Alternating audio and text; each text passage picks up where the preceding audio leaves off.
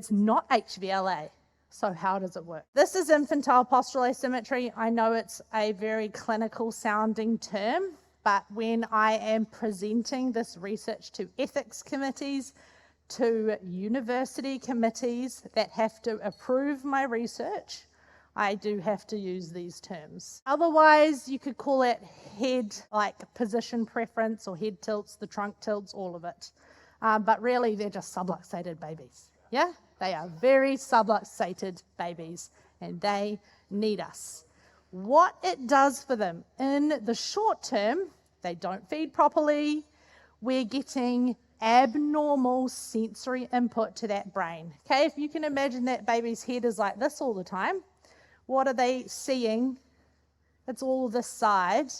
Okay, they're getting very little coming through here. Lots of evidence for developmental delay, particularly in the motor domain for these babies, the flat head spots, developmental hip dysplasia. They think that's idiopathic.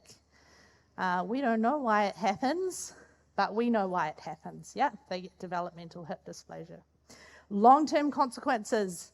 The research suggests they are at higher risk of neurodevelopmental disorders like autism, spectrum, ADHD, learning and behavioural difficulties, sensory processing disorders. So these are the kids you're now seeing in practice that have the dyspraxias and all that subluxated badness. Posture is vital for healthy brain development of these babies. Okay, as I said, if you're getting all your sensory input from one side and they're going through enormous brain development in this early time, they're getting all the sensory input from one side, it's coming in, the brain's going to develop like that, and it scaffolds.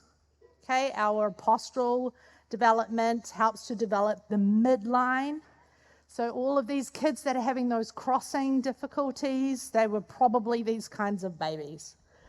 Yep, abnormal sensory input, they develop visual field preferences.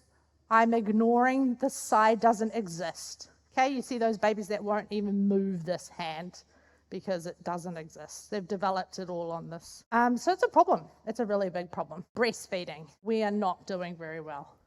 Okay, the stats are pretty bad. New Zealand, 57% of mothers start exclusively breastfeeding. By the age of 6 months, which is the recommended time, it's dropped down to 16%.